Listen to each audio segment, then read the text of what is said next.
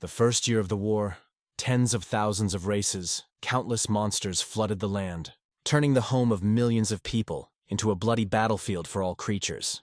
And although at the beginning of the war, people with superpowers were found among humanity, but their numbers were so few and ill-prepared for battle that people were at a disadvantage. Using only firearms and nuclear weapons, mankind barely managed to erect 10 defensive lines that could somehow repel the onslaught of unexpected guests. In 10 years of war, 2 defensive lines fell, and the people had to retreat.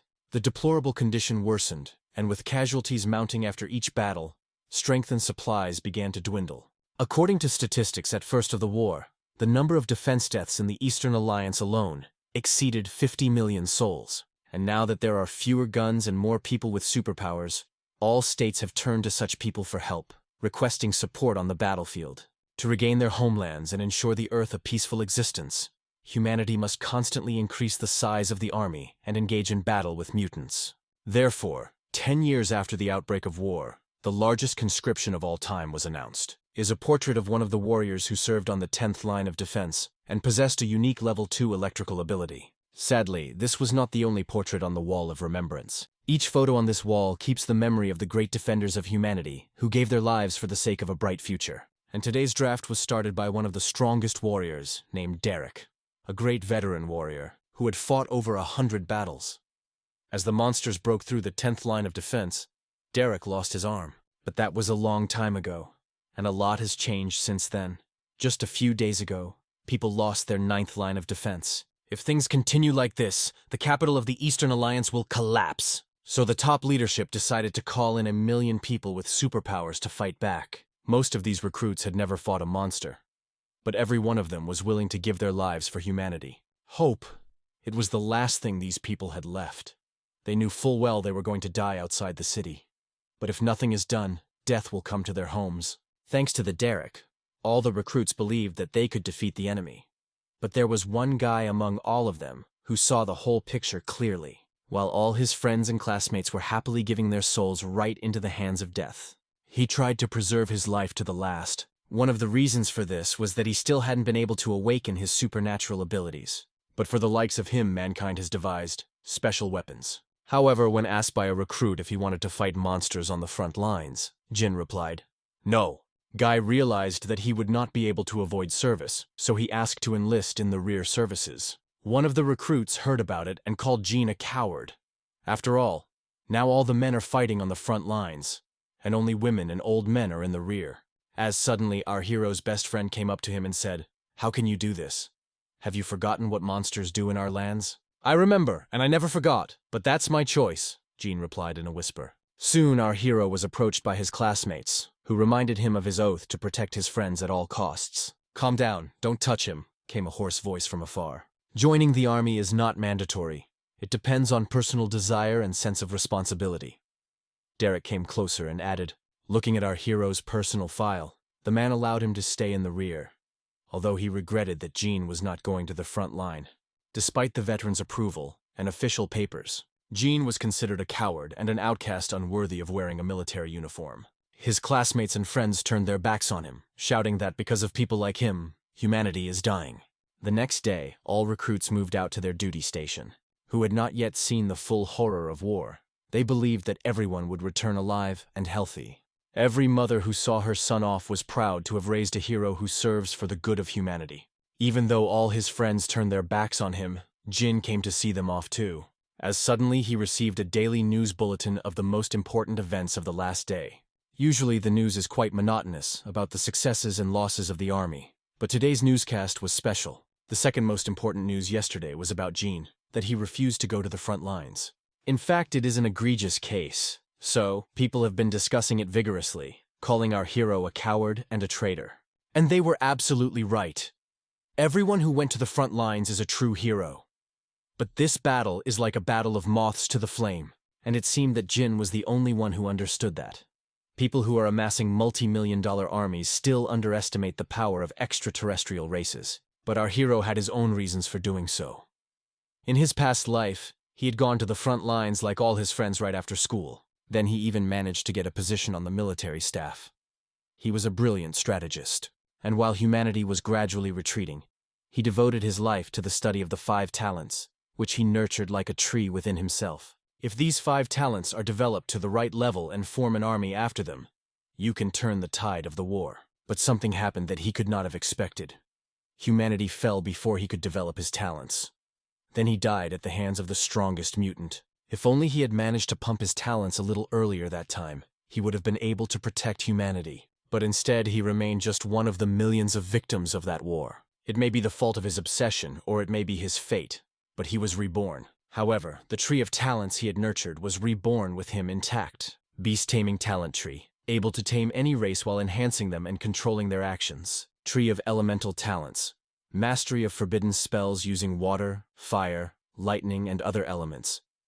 The more elemental energy used, the more powerful the spells. Asura talent tree, the more kills the body has, the stronger the body becomes. When the number of kills reaches a certain number, the bearer is reincarnated as an Asura, a demon who can destroy all enemies in his path. Formation talent tree. Wielding various formations with limitless abilities adds the ability to spread your limitless power. Undead talent tree. Awakens spirits and creates undead that follow their master's orders. The more energy spent, the stronger the summoning. Though pumping these 5 talents requires a lot of source stones and time, but when the genie can reach the maximum level, even if all 10 lines of defense fall, even if there is absolutely 1 left, will be able to resist all the creatures and protect humanity. Well, if he now goes out to the battlefield, he won't be able to kill the right number of monsters to get the right attributes to pump up. He will only be risking his life for nothing. Our hero knew if he wanted to get as many source stones as possible, the best way was to go to the testing ground. There, he will be able to fight monsters with minimal risk. So now his main goal is to get the source stones and pump up his talents. The test site was built by humans, back in the early years of the war, to train supernatural abilities. But because of the rapidly developing war, no one visited the range for many years, but it still continued to function. And the women who work here do most of their work cutting up monster corpses to extract useful materials from them. Usually those who can no longer fight due to age or injury are sent here to work. While the women were busy sending another shipment, a stranger approached them and offered his help. Thus, Gene is serving on the home front and pumping up his talent at the same time. As there were mostly elderly and injured women here, they were happy to have a new staff member to help them. Commander of today's shift told Gene the ground rules and took him to the locker room to change into his uniform. Although the women were happy to help, but they were worried about why a young, healthy, and strong guy was spending his time in the rear, helping them. As suddenly one of the workers remembered seeing the genie's face on the news. Not thinking long, she told everyone that Jin refused to serve on the front line and voluntarily chose to serve in the rear. What an idiot! While my son and husband are dying for us, he's messing around with old women, one of the old women shouted out. To work on the range, our hero was given all the necessary uniforms. Giving the genie a special sword, the shift commander warned him that it was very dangerous to engage in battle with monsters, and he was responsible for his own life. Yeah, I got it, Jin replied quietly but confidently, picking up his sword. Millie is the shift commander. Our hero seemed very nice and attractively handsome. Seeing that the young girl was interested in the guy, the same employee who recognized Gene told her who he really was. But in this whole story, Millie found one thing wrong. If Jin is a coward, why did he come here? At the range, there was one small feature. Here you could choose the level of monsters you would fight against. As an experienced fighter, Jin decided not to be petty and immediately chose the level test. A. In the battle log, no previous records of passing this level were found. Probably no one before Jin could pass it. But it's not surprising, the level is A, designed for special forces training. In a previous life, the squad our hero commanded had a special mantra, which they recited before each combat outing to remember their primary objective. And it goes like this: the long night is coming, but humanity has no turning back. For the future of all people. Are you ready to become a shadow that will remain only in the night? Are you willing to save everyone, even if they hate you? Are you willing to give your life and soul for people? Everyone who was willing to make this sacrifice was to shout out, "Ready!" The difficulty level A implies fighting with a large group of mutants of different species. Fighting alone in such conditions is suicide, but the genie had something to counter these monsters, a talent for taming. After the invasion of Earth, most animals mutated and evolved through spiritual energy. In his past life, on the front lines, Jin often encountered not only alien monsters but also confused beasts. And over those countless battles, our hero was able to learn their vulnerabilities. As experience showed, the most dangerous enemies were those that could attack quickly and unexpectedly. For example, from the air, so the first thing our hero decided to do was to deal with the mutated rook. Attribute mining mechanism this time is the same as last time. Killing one mutated rook-level monster can get you one source stone.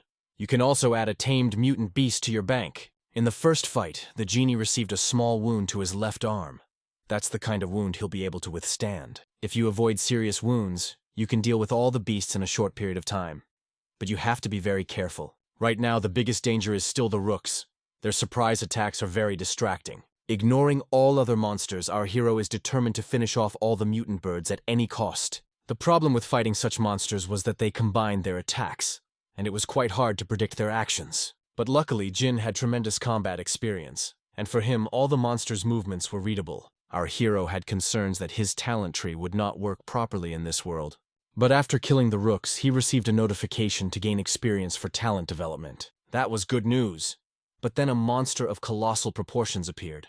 And that was bad news. In his previous life, Jin had already faced such monsters as the King Rake. A very dangerous opponent, but lacking its main advantage. Because of its large size, the King of Rooks could not fly.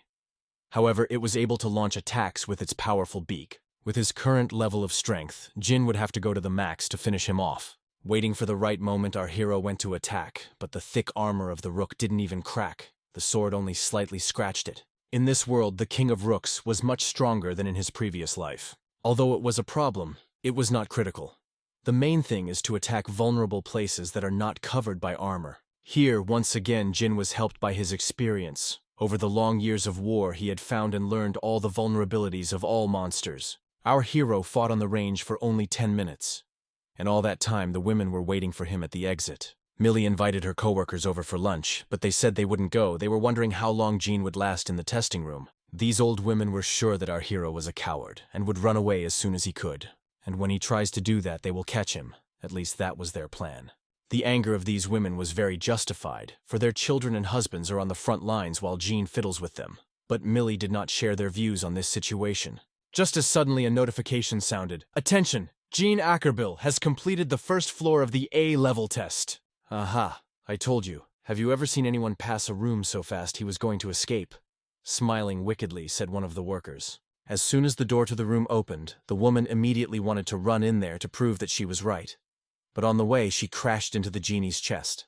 When she saw our hero, she couldn't believe her eyes. And it wasn't that he didn't run away at all. And the fact that Jin was covered in deep wounds all over, and he had monster's blood on his face. Women couldn't believe he could pass that level. But the fact remains that alone, our hero was able to kill 2,000 mutated monsters. I'm surprised he's even walking around with wounds like this. People don't usually live.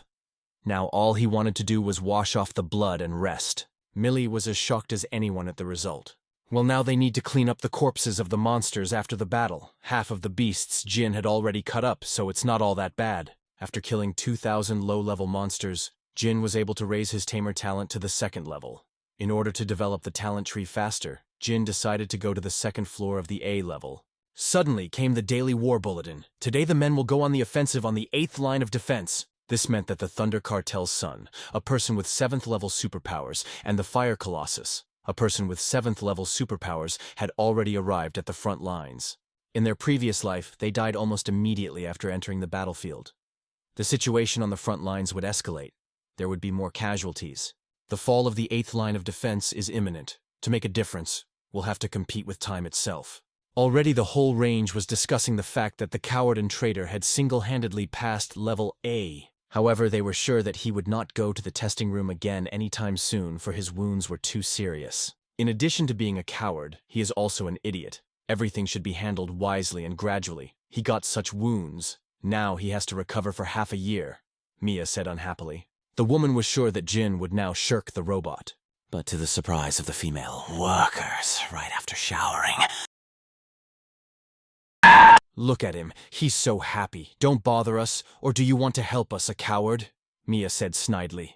Calm down. I don't want to quarrel. I came to pass the 2nd floor of the test, Jin answered calmly. The woman was rendered speechless by what she heard. She saw his wounds and realized that in such a condition one could not even walk. Millie tried to talk Jin out of the idea. The monsters on the second floor are many times stronger than the rooks. Fighting them, even without wounds, is stupid. The girl even offered to call a support team, but our hero refused, arguing that he always works alone. "If you're so tough, why the hell are you here and not on the front lines?" Mia shouted angrily across the hall. Millie, like everyone else, did not understand what was wrong with Jin. The girl saw that he was not a coward and he was not afraid of death, but there was total darkness in his soul.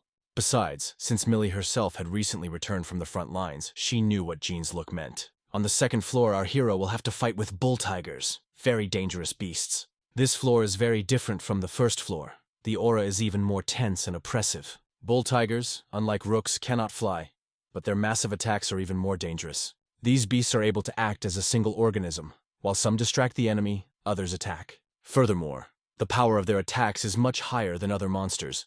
Even Jin's experience wasn't enough to predict their actions. Jin has no physical advantage over the bull tigers, and his wounds make it worse. Direct frontal attacks are useless in this situation. Suddenly, these beasts began to behave very strangely. They lined up in battle formation and began to beat their hooves against the ground. Bull tigers wanted to provoke Jin into attacking, to finish him off quickly and in one go. It might have worked if Jin had been a complete idiot, but he's not the kind of guy who will go on the attack without any advantage.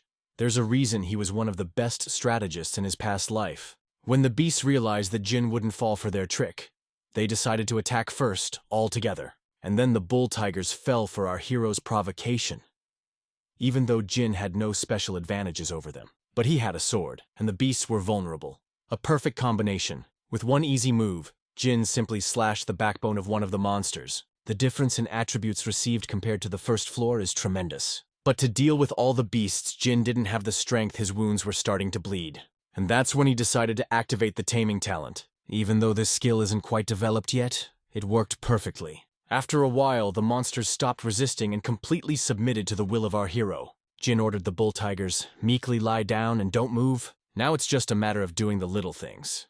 It may not be fair, but this is war, and in war all methods are good." 3 days later, work on the test site is boiling over. They have had many times more work in the last few days. Not even at the beginning of the war were there so many corpses. During this time, Jin had managed to kill over 10,000 monsters and raise his taming level to 6th. Now that the gift of taming had reached such a level, Jin decided it was time to head into the wasteland.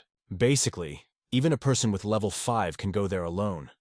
Due to the threat from the humans, the beasts are preparing to storm the city, and taming them is a key part of Jin's plan to fight all critters. Suddenly, an old man came up to our hero and said, "Mr. Akerbill, are we working overtime again today?" "I ask because we have to prepare things for the front line." "No need, I'll leave early today," replied Jin. "See, I told you he was good for a couple days, now he's slacking off." "Idiot," Mia said happily. When the woman's colleagues heard this, they asked her to shut her mouth. Even though Jin stayed in the rear, thanks to him their work had moved forward. Millie was of that opinion too, after all. From mutant corpses, they make medicines and weapons for the front line. Hearing Mia's words, Millie decided to go over to Jin and talk. "Don't listen to her, she doesn't understand what she's saying. You're helping us a lot. You need to rest now." "Thank you, but I still have some things to do." "I'll rest in the other world," replied Jin with a smile. Toward evening, several dozen trucks returned from the front lines, in half of which were corpses of soldiers, and in the other half wounded. Although the government is hiding it, the city's defense line is about to become the front line. That's why there are so many dead bodies. As suddenly there was a terrible noise in the city, and the people looked up in rapture, as if they had seen a savior angel. But they were just cruise missiles the humans used to try to hold off the monsters. People believed that these missiles gave them an advantage, and only Jin realized that this meant that transmitting was failing, which meant that the day the 8th defensive line would fall was very close. That meant it was time to get stronger as soon as possible.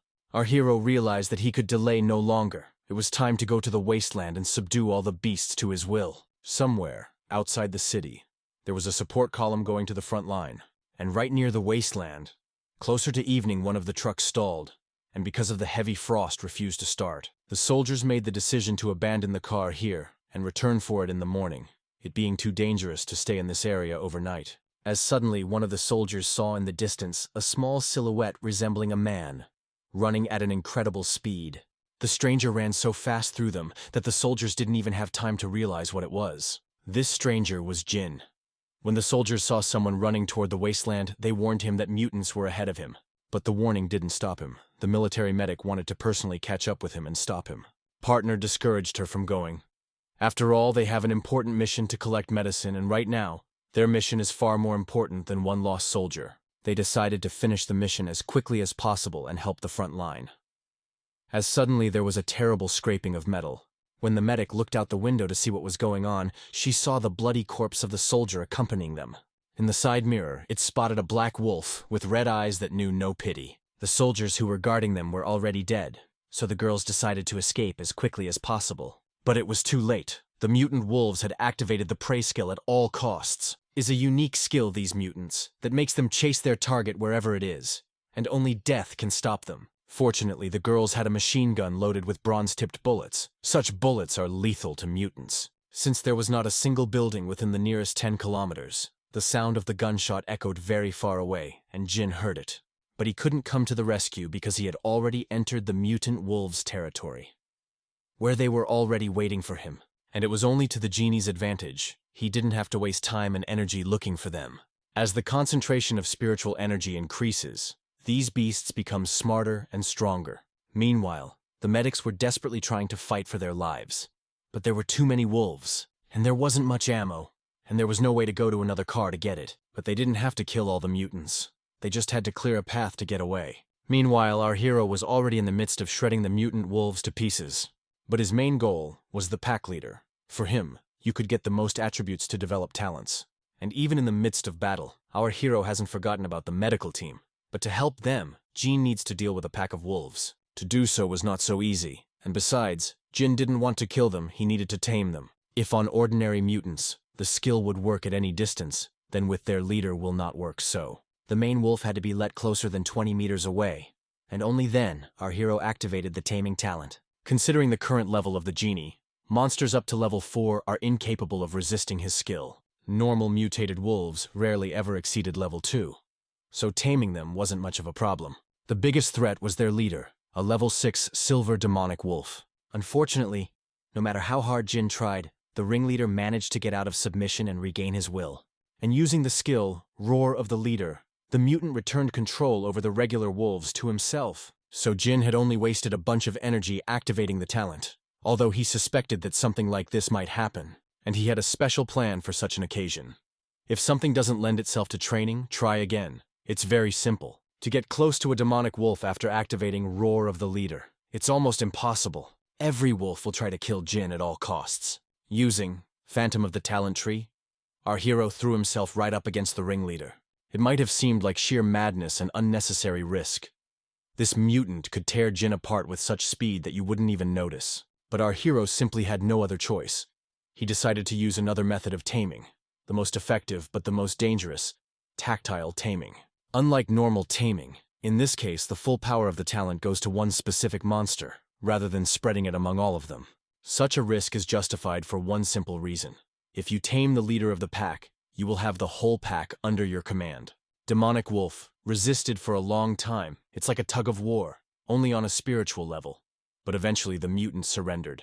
And with him all the other wolves recognized Jin as their leader. Now this area is ruled by a genie, and anyone who dares to challenge that will face a pack of wolves. A while, the medics were still trying to escape from the monster's clutches. After several minutes of brutal fighting, the girls managed to clear a path. But when one of the girls hit the gas pedal, the truck's engine stalled. That was the end. No more ammo left and the car wouldn't start. Although these monsters were ordinary mutated beasts, they possessed high intelligence. So when the gunfire stopped, the wolves attacked all together, smashing the side windows of the truck. As suddenly, one of the wolves managed to break the windshield. The girls had already managed to say goodbye to their lives. To cope with such monsters without weapons had no chance. So as not to see themselves die, the medics closed their eyes. But then the roaring stopped. One of the girls had the courage to open her eyes to see what had happened.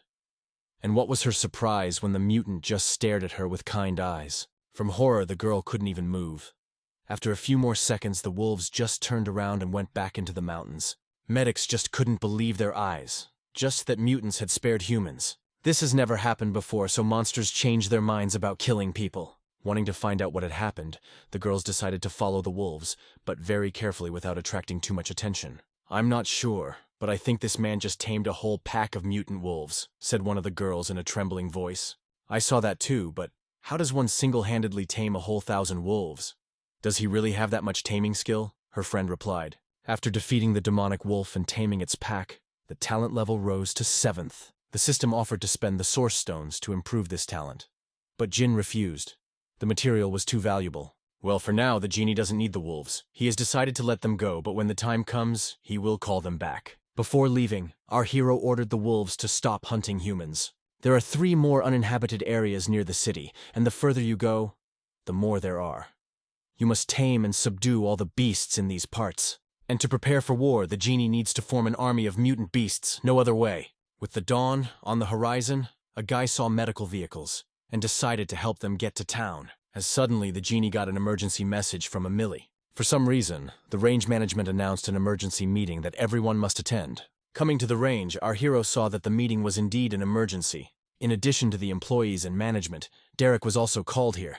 That means something really serious has happened, and the commander of the 3rd Wing of the Eastern Front, Vlad Karpov, called this meeting. Vlad was dissatisfied with the way this training ground was handling its duties.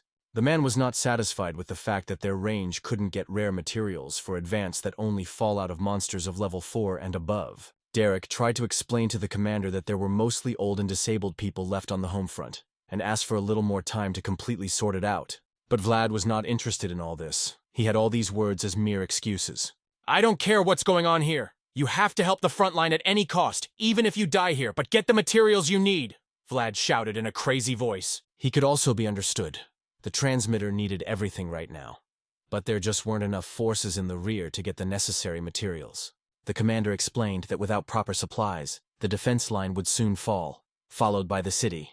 And then Millie couldn't stand it and said, But sir, these beasts of the 4th level are beyond the capabilities of our people. You come to me again without authorization. I will feed you to a mutant, understand? I don't care how you do it, Vlad replied, blowing his nose. You think because you're a commander you can talk to us like that? You've never even been on the front lines, unlike my son and husband. Mia couldn't take it anymore. We work overtime. Half of our people are sick with pneumonia to provide for people like you. And how much reaches the front line? Answer? The woman added. Fool with a long tongue, do you have enough to live for? Vlad asked snidely. Immediately after these words, one of the commander's guards rushed at the old woman with fists. And indeed, Vlad was never on the front line. It was only through influential acquaintances that he was able to achieve such power. And now he does what he does for a living. And then Jin got involved. Mia didn't like him, but beating up a poor old woman was too much. With one powerful uppercut, our hero sent Vlad's guard down with a knockout. With all due respect, Commander, but you shouldn't swing your fists during a conflict, especially when your opponent is a woman, said our hero calmly and confidently. Afterward, the workers began chanting his name loudly.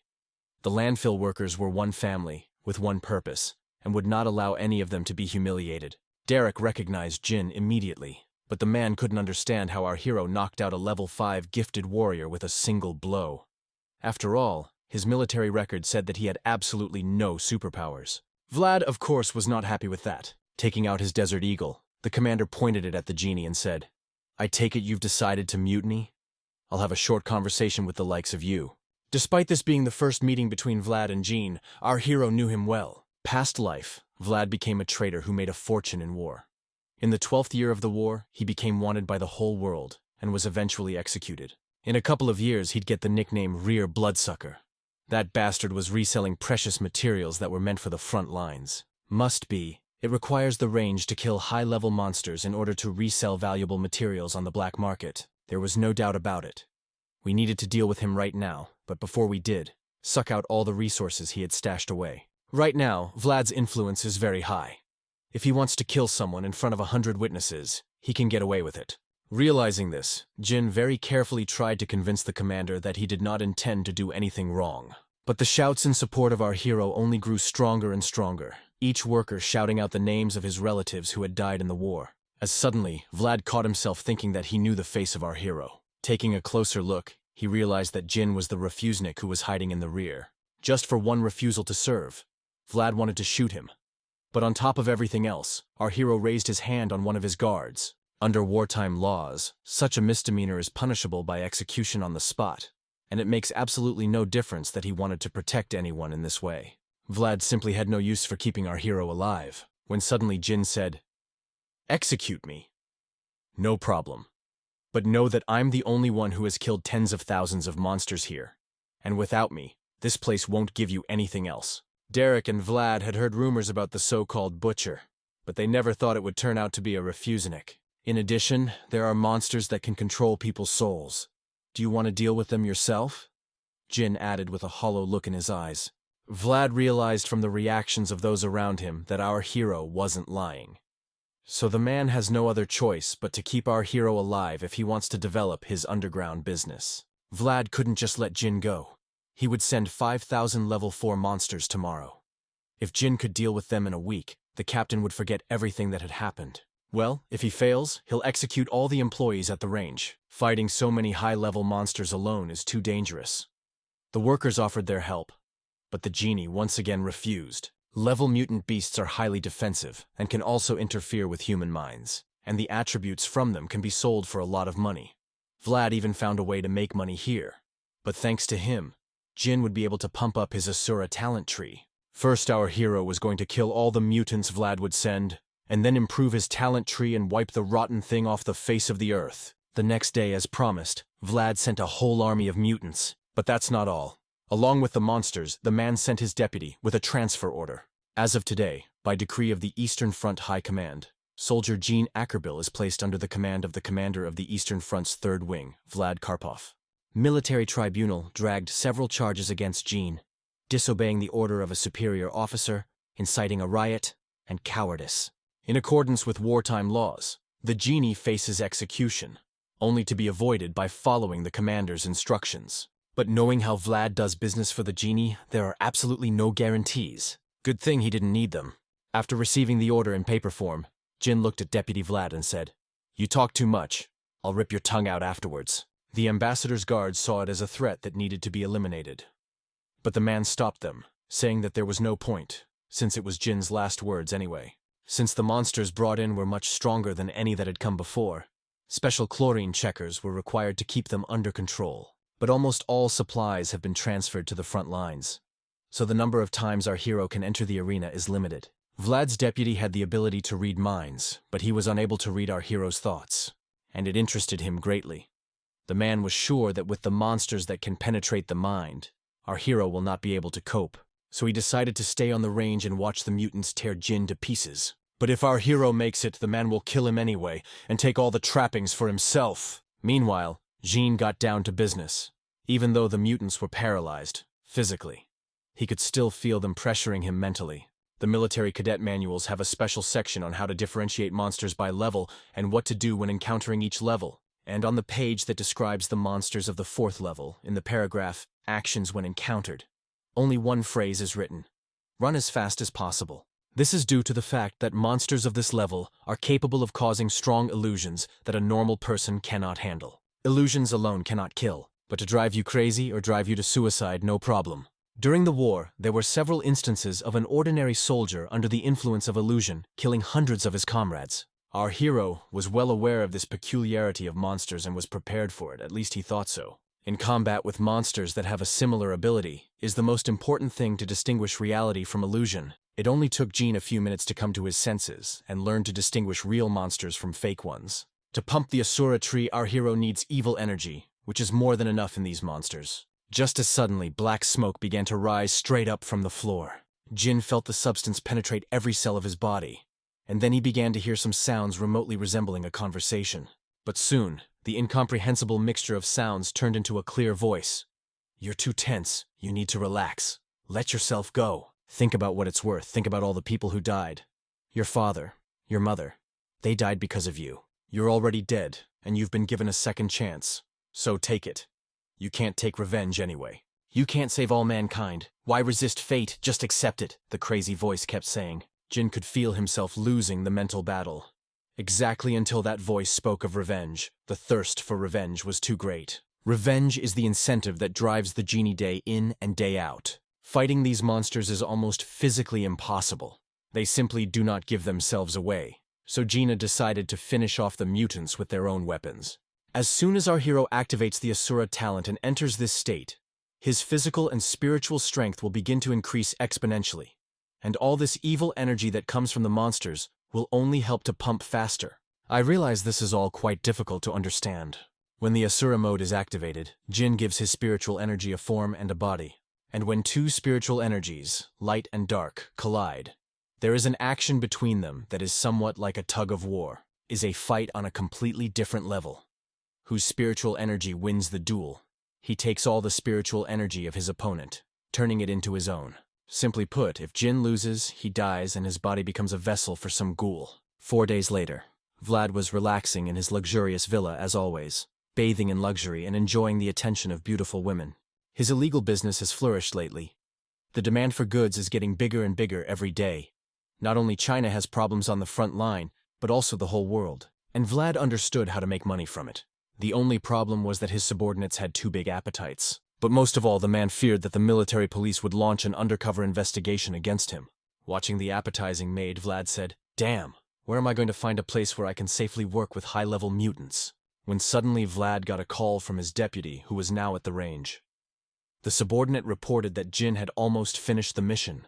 Vlad did not believe his ears at first, so he asked again several times, but the answer was always, "Aide reported that by lunchtime today, Jin would complete the mission." At this moment, Vlad realized that our hero was the key to his wealth.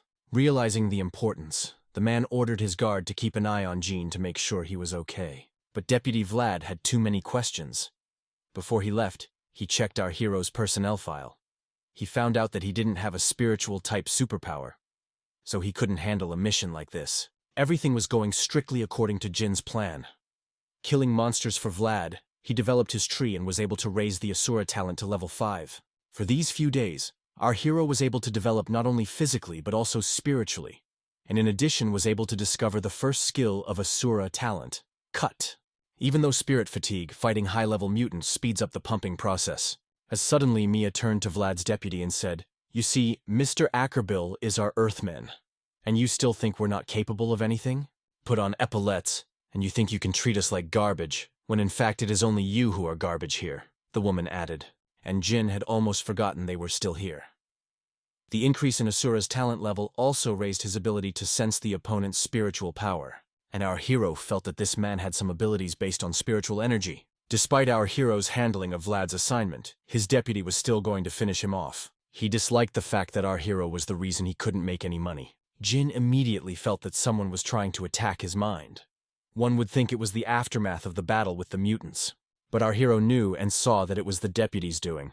It was the perfect opportunity to try out a learned skill. The man was fully confident of his superiority just until he felt resistance. And a moment later, that jerk hit the wasteland. After penetrating the mind, the man should have seen the true intent of our hero. But instead, he sees only pitch blackness. There, suddenly, the deputy was seized with an incredible fear and terror, which he could not fight against in any way. And a moment later there came a voice, "I am here. What are you waiting for?" Turning around, the man saw a huge phantom. Being an expert in spiritual power, he had no doubt that it was an entity merged with demon energy. "Realize I'm trapped," that idiot shouted. "You have spiritual powers too?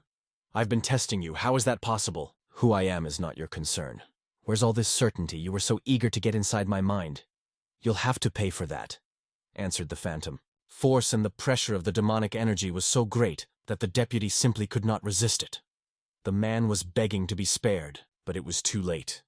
Jin couldn't let him go without teaching him a lesson. When our hero completely took over his mind, he made that asshole tell everything. Losing his mind, the man started running around like a madman.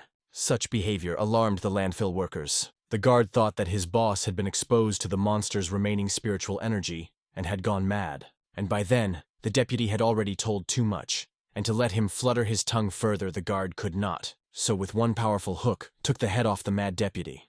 After which the guard said, "I apologize. He succumbed to the effects of the monster's remaining spiritual energy. He could hurt you basically, so I had to eliminate him." Due to the forced breaking of the spiritual grip, our hero lost consciousness, but the guard thought it was the cause of the mutant fights. So he decided to report his speculation to Vlad, because if it's what he thinks it is, then his boss Gene doesn't need him anymore. But that was exactly the result our hero was seeking. But most importantly, after the deputy died, his spiritual energy passed to our hero and he was able to reach the 6th level of Asura talent. If you've seen the video up to this point, please like, and in the comments write the word mutant. Thank you, and we'll keep going. After 4 grueling days in the battle room, Jin was indeed feeling quite lousy. It even got to the point where he fell into a coma. When he woke up, he saw the joyful workers in front of him. They were all alive and well, which means Vlad kept his promise. In a coma, our hero spent 3 whole days. And during this time, several terrible things happened. Although Vlad didn't execute any of the employees, he transferred half of the staff to another range and doubled the amount of new materials needed. But the bad news did not end there either. The 9th line of defense had been completely defeated, and the men had completely retreated to the 8th line. If before the 9th line was only broken on one flank, then with the arrival of high-level monsters, everything changed. After the defense line completely collapsed, a level 7 Thunder Force warrior lost an arm and only miraculously survived. But the fire giant, a level 6 hero, was less fortunate. His body was torn to pieces. Jin knew it was coming, but I don't think it was going to happen that soon. In his last life, it didn't happen until a month later. As for Vlad's deputy, the committee decided that he was influenced by the evil energy of the monsters, so it was not the fault of any of the workers. As Mia suddenly said, "But all this is nothing compared to what I'm about to tell you." Well, here Millie entered his chamber with the rest of the workers. While Jean was in a coma, they held a referendum and elected our hero as the new range chief. Jean expected anything but this. Didn't have time, though I swore at you a lot. But you really are a good man, Mr. Warden, Mia added with a laugh. Chief Jean Ackerbill, why that sounds good. But to be honest, our hero was not happy about this promotion, because he got the polygon in the best condition. There were fewer employees and more work. And besides, all the supplies and medicine go to the front line, so there are not enough workers for the landfill. If things continue like this, in a month, there will be no one left to work. With such a supply, the worker is unlikely to become more efficient. The only one to put in more effort is Jin. With the current level of taming and Ashura talents, the efficiency of the range can be doubled. This way, even if the workers take frequent vacations, it won't affect the deadlines for completing tasks. And after Jin had exhausted all the resources from his new position, dealing with Vlad would be much easier. Million realized that they were incapable of accomplishing the task at hand, so she wanted to appeal to higher military leadership. But Jin stopped her, saying he'd already made up his mind. The girl understood the way Gina wanted to solve this problem, but she also saw his wounds and realized that it was impossible to fight with such a body. However, Jin had already made up her mind. Time to become a better range boss in history. What but to raise the team spirit our hero had? Suddenly he noticed a woman's silhouette in the corridor. Judging by the speed at which he was moving, this is clearly an unusual employee. Seeing this silhouette, all of our hero's senses sharpened and sounded the alarm. Which means this man is dangerous, so he decided to catch up with her. A trail of spiritual energy led Jean to a parking lot. But that's where the trail ends, when suddenly behind him, our hero heard the sound of a bolt being pulled. "You dare to follow me, you are brave!" And now with that still I ask questions, you answer. "Understand?" said the stranger. The fact that she was able to sneak up on the genie from behind without him noticing meant only one thing. She's a professional.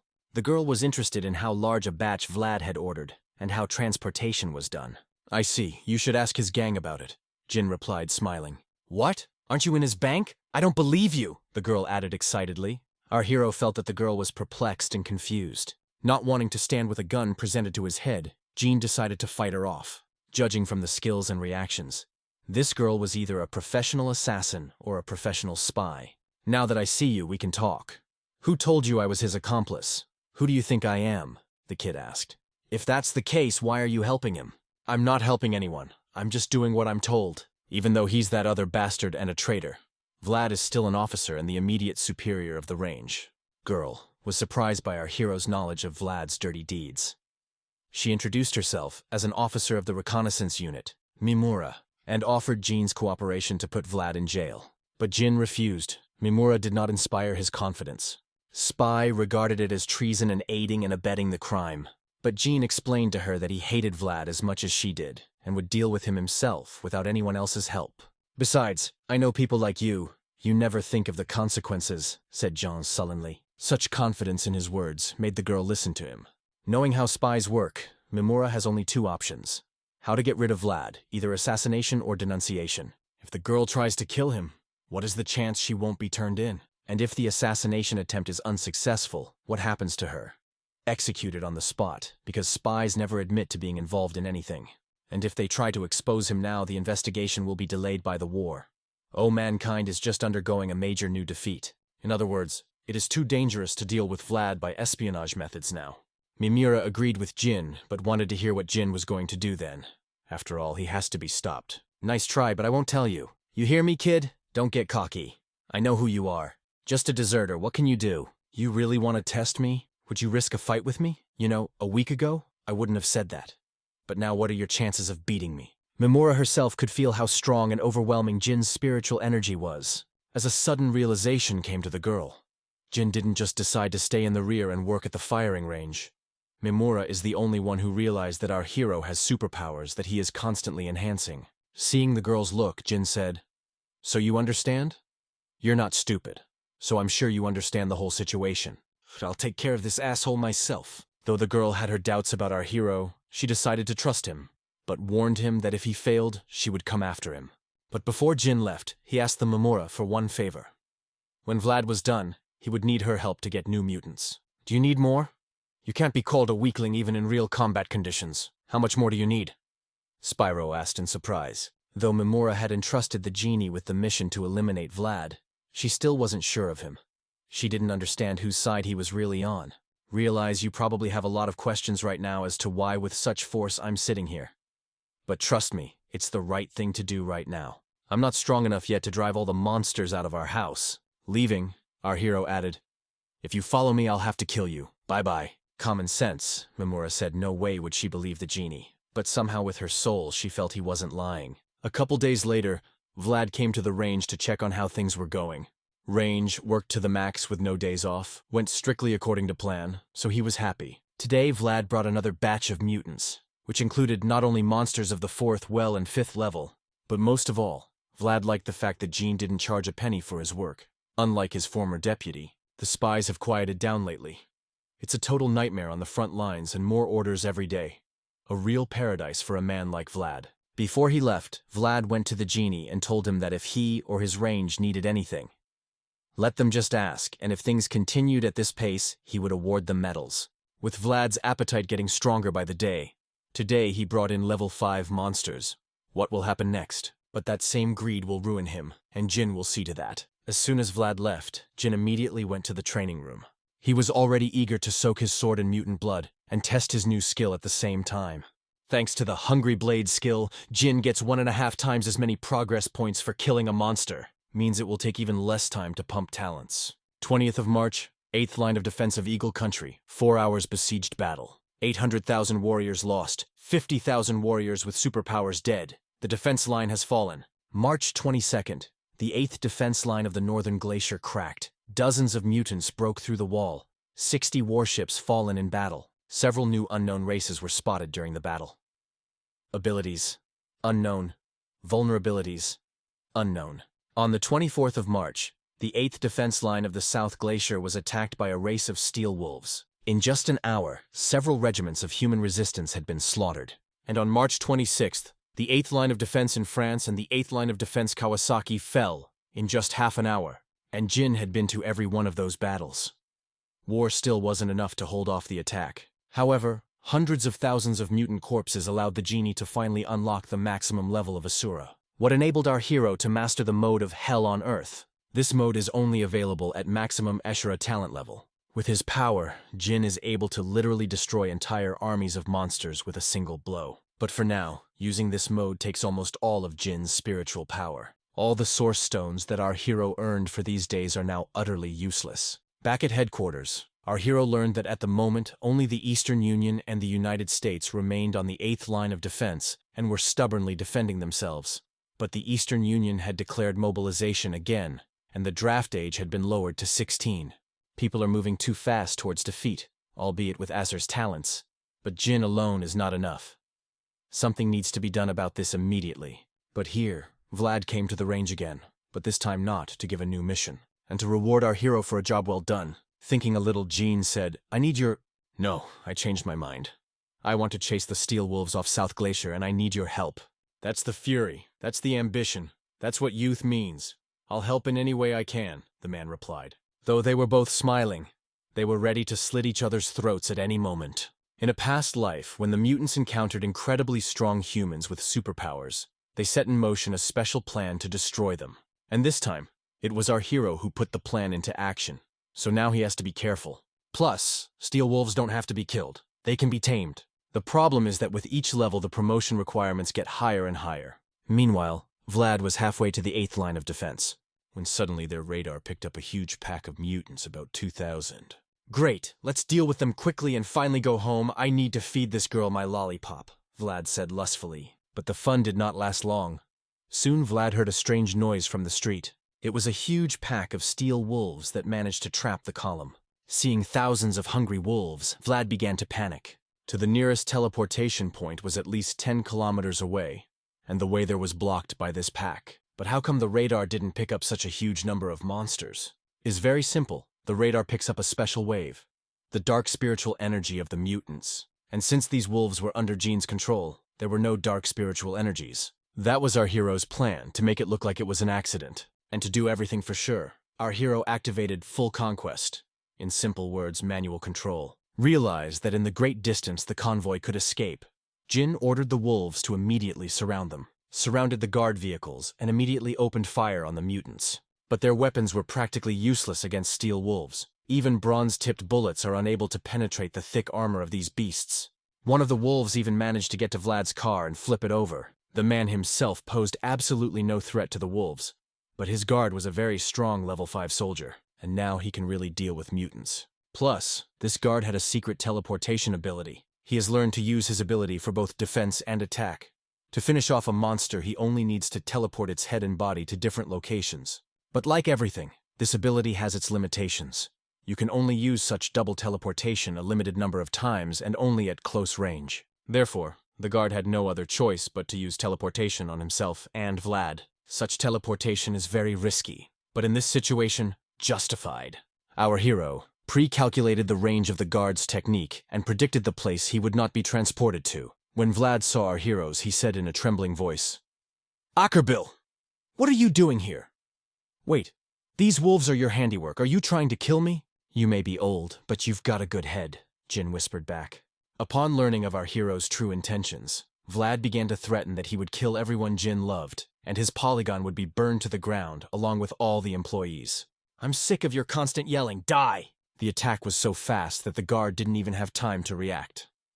But now that our hero was immobilized, the man decided to finish him off with a single blow. And to prevent outsiders from interfering with the sweet process of revenge, Jin activated the skill Dragon Slayer. When this technique is activated, spiritual power takes physical form and is able to both attack and defend against any blows. Guard and didn't need to kill Jin, he only needed to teleport him. But the overwhelming force of our hero was far stronger than his, so that even this the man failed. Originally, Jin didn't want to kill anyone but Vlad, but the guard knew and saw too much, so he had no other choice but to finish him off. The disappearance of such an important person as Vlad will draw attention, and his body will be searched for, and definitely found. And to make everything look as plausible as possible and to make it impossible to undermine Jean, our hero gave Vlad to be torn apart by a steel wolf. The mutants tore the old man's scrawny body apart in a matter of seconds. Making sure Vlad was done with Jin, decided to leave before someone noticed him. Meanwhile, Mimura was in her penthouse relaxing after a hard day's work, as suddenly she saw through the window that there was a great burst of spiritual energy in one of the counties. This usually meant the appearance of an unusually strong monster, so she urgently decided to go to the main office to report it. Sensing in Genie their leader, the steel wolves began to show him intense affection. That's the nature of these monsters. But now there's the question of what to do with a whole pack of tame beasts. Leaving them here uncontrolled was too dangerous. At a great distance, Jin might lose control of them, and they would begin to slack off again. However, this can be avoided if the monsters are alienated on behalf of the leader. Then control over them will remain. With a little thought, Jin ordered the steel wolves to find and bring all the source stones from the North Gobi Desert. Now is the most ideal hunting time for wolves. The ice full moon. The next morning, Mimura came to the range where Jin was working with news. Yesterday, news reached their office that Vlad's convoy was attacked by steel wolves. No one survived, no evidence or clues that it was a murder. But Mimura didn't believe in such coincidences, so she came. "It wasn't me. I just asked my toothy friends for a little help. Will you arrest me?" Jin said with a smile. "What the hell? You can tame animals too?" Spyro asked in surprise. "Yeah, but don't tell anyone. It's a secret." This morning, the military leadership has opened a criminal case regarding Vlad's fraud. so all of his assets will be confiscated and turned over to the troops. In gratitude for his help, Mimura wanted to invite the genie to the bar to celebrate the victory. "Thank you, but I don't drink. But if you want to help me, you can do it another way," added our hero. "What's that like?" the girl asked shyly. Our hero wanted to make his range the largest range on the entire Eastern Front, so he asked the spy to help him do it. Considering the lack of resources on the front lines and the excellent performance of the ranges, top management approved the idea. Thanks to the accelerated progression, source stone farming went incredibly fast, and Jin spent all of them on improving his taming talent. If things continue at this pace, it won't be long before Jin has a 1,000,000-man army of steel wolves. For everything to be as our hero intended, he constantly needs new source stones. Alone to obtain resources to pump talents is almost impossible. So Jin decided to go to the Gobi Desert to tame the local wolves. And to assemble an army of the right size, the talent level must be maxed out. And already now, to level up, our hero needs 1.5 million stones. Traveling to the Baiko Valley, our hero tamed 500,000 steel firebulls. Their purpose is the same as the steel wolves, to guard the valley and collect the source stones. Already now Jin's army has 1 million monsters, but it's still not enough. The next place our hero went was the Gorge of Darkness, a place inhabited by ferocious mutated gorillas of the 7th level. To tame them is incredibly difficult, given the level and power of spiritual energy. However, difficult does not mean impossible. Remote taming of such strong monsters is unlikely. And Janet is well aware of that, so he had a special plan. He wanted to use his taming skill like a virus. Tame one gorilla to pass that domestication to all the others in the chain. Tying the monsters to the genie is a very risky plan and very unlikely. However, it is worth a try. As suddenly Jin was seized by an incredible terror, just like the time Vlad had sent 4th-level beasts. The spiritual power of the mutated gorilla did not give in, and the taming process was interrupted. The situation has taken a turn for the worst. A whole pack of high-level monsters wants to tear Jin apart. Going to pull out, Jin decided that if they couldn't tame the Sin, then he would kill them. Given the strength and speed of these mutants, the best option was to activate Berserk mode. In this mode, staying longer than half an hour Genie couldn't, and there were too many gorillas. So the guy decided to take a chance and try to tame these monsters again. But just as Jin was about to do so, a wild roar came from the depths of the gorge. Is exactly the same as it was last time. But then Jin thought it was just a normal gorilla scream. But now he realized it was the Alpha's roar. And as long as the main mutant was alive, it would be impossible to tame the others. Realizes that he can't kill all the monsters, and he can't tame them either. While Alpha is alive, Gina decides to deal with him first. But first you have to get to him, through thousands of gorillas who want to tear him apart. Although these mutants are characterized by speed and incredible attack power. But they do not shine with intelligence, so running away from them is much easier than killing them. Upon reaching the Alpha's lair, our hero felt an incredible pressure. It felt as if the monster could crush him with a mere glance. Judging by its size and spiritual power, this monster was at least level 9, if not level 10. And even despite its enormous size, Alpha was incredibly fast. Is so fast that it even surpassed the Genie in Berserk mode. Mutant managed to take our hero by surprise and grab him with a dead grip. Slice the tendons of his thumb. The guy still managed to break free of the Alpha's arms. Before Jin could even land, the mutant tried to grab him again. Simply astounding speed. Our hero was saved only by the fact that they were standing on the edge of a cliff and under the heavy monster. The cliff collapsed, but frankly, that doesn't make it any easier. Yeah, Alpha didn't grab Jin, but our hero fell from a great height and broke half of every bone in his body. Realizes that he can't just deal with this mutant, Jin decides to activate Hell on Earth mode. Considering that Jin had spent several minutes in Berserk mode before, he had no margin for error. Meanwhile, at the Science Center, scientists were monitoring bursts of spiritual energy at the behest of the top brass. Suddenly, one of the girls caught a flash of spiritual energy in the swarming dark gorge, and the signal coming from there was constantly amplified. To find out the cause of this surge, the second scholar activated a level 5 Asura skill. Piercing gaze. Yes, not only does our hero possess the Asura talent, but only he is able to pump it to the max. It only took the girl a couple seconds to figure out where the signal was coming from, but she couldn't determine its cause. Meanwhile, Jean had already entered Hell on Earth mode, trying to finish off a giant gorilla. While in this mode, our hero surpassed Alpha in strength and speed. He even managed to knock this mutant off his feet. But then he felt that someone was trying to follow him on a spiritual level. Having a colossal advantage in Asura's strength, the genie broke off tracking with a mere thought. Seeing what happened to her partner, Sarah immediately rushed to her with questions. "I'm scared. I've never seen anything like this. It's a demonic Asura," Vicky whispered with tears in her eyes. As expected, after a few lucky hits, Jin gained complete superiority over the mutant. Alpha has literally lost several fingers and most of his internal organs are severely damaged. Now, killing him would be easy. But Jin wasn't going to finish him off so quickly. He wanted to win the battle, not finish off a wounded beast lying on the floor. During the battle, our hero noticed several differences between the alpha and normal mutants. His intelligence was on par with our hero, and most importantly, he understood human speech. "I understand how you feel right now. So I have a proposition for you. Come to my side and fight side by side against the other races." Our hero has offered. After a little thought, Alpha still accepted our hero's offer. The union sign, they bumped fists. But for reassurance, the genie still decided to activate the taming so that the mutant wouldn't think of betraying him. For mutated gorillas, our hero had the same assignment as the steel wolves and fire buffalo, defending the canyon and mining the source rocks. From now on, the main goal of these mutants. And the safety of people and cities our hero didn't forget to mention either. Now Jin's army numbers 2 million mutants, a pretty solid army, but still not enough. The next morning, Sarah and Vicky were discussing what had happened the night before. In addition to that strong burst of energy, Sarah also felt another burst of energy, but smaller. She thought that both of them were coming from the same person, but Vicky thought the thought was silly. After all, they had been monitoring these outbursts constantly since the war, and there had been nothing like this before. Vicky had a more plausible idea. She suggested that there was a battle going on in that area, involving top 10 warriors. That's why the signal was so strong. Until today, the names of these warriors were classified. However, people knew that most of them were because of the Western Alliance. But today, the identity of the man who came in 10th place was revealed. It was a stranger in a black cloak from the Eastern Alliance. This day on the forums, there was a real hell going on. Everyone was trying to guess who this stranger in a cape really was. In the meantime, pretty much as always, Jean was working at the range.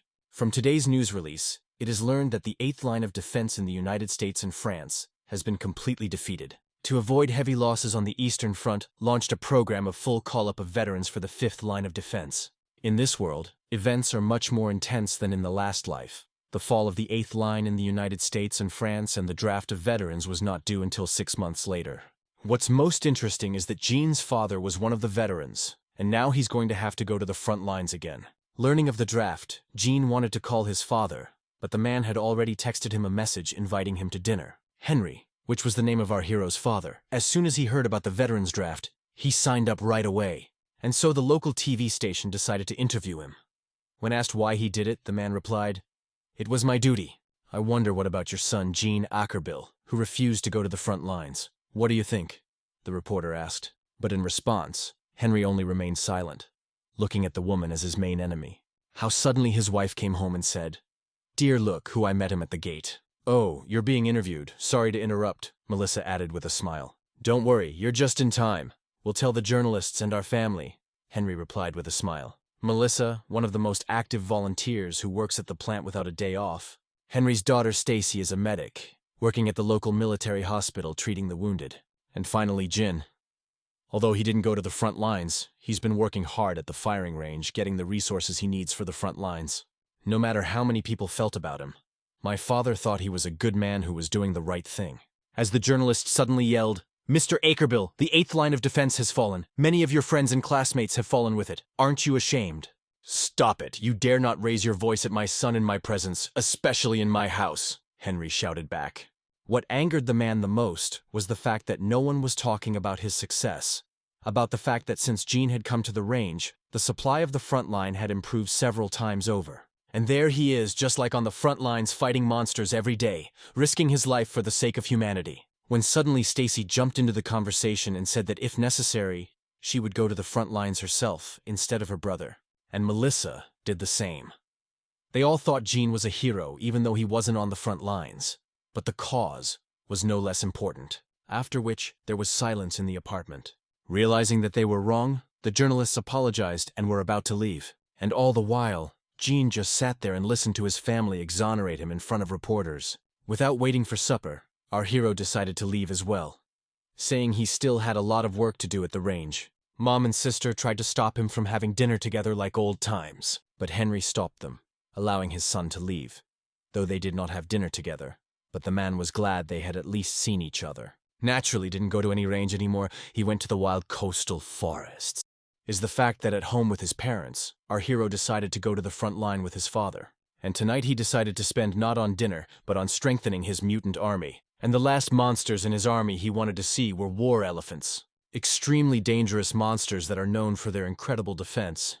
Even level 5 techniques are not dangerous to them. To catch everything before being sent to the front lines, the genie needs to tame the monster as quickly as possible.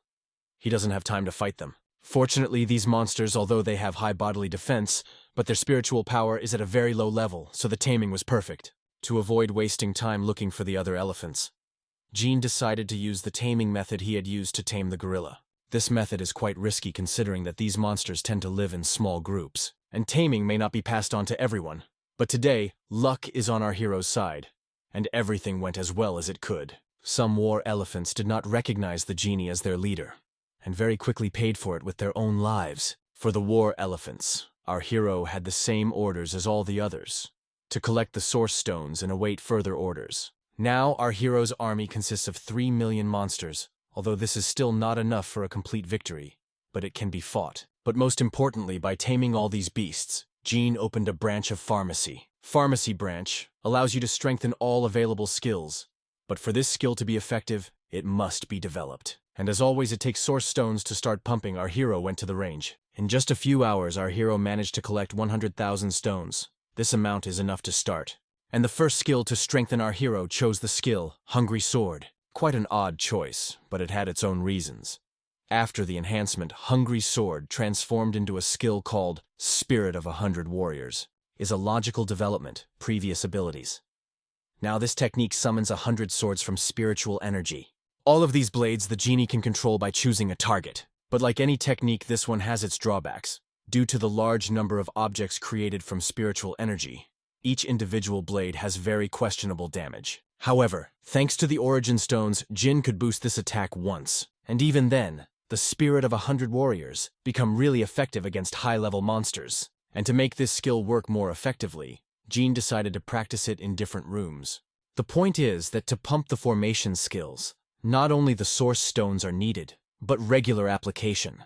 All night, our hero spent in the rooms of the range to collect as many gems as possible and pump up your skills before heading to the front. Morning shift, found mountains of corpses in the rooms. It's not the first time Gene has worked nights on end very often before. As suddenly one of the workers said, "He is unrealistic. How can you work so much? He will send himself to the grave." Unable to bear it, Maya shouted, "It's all because of the journalists.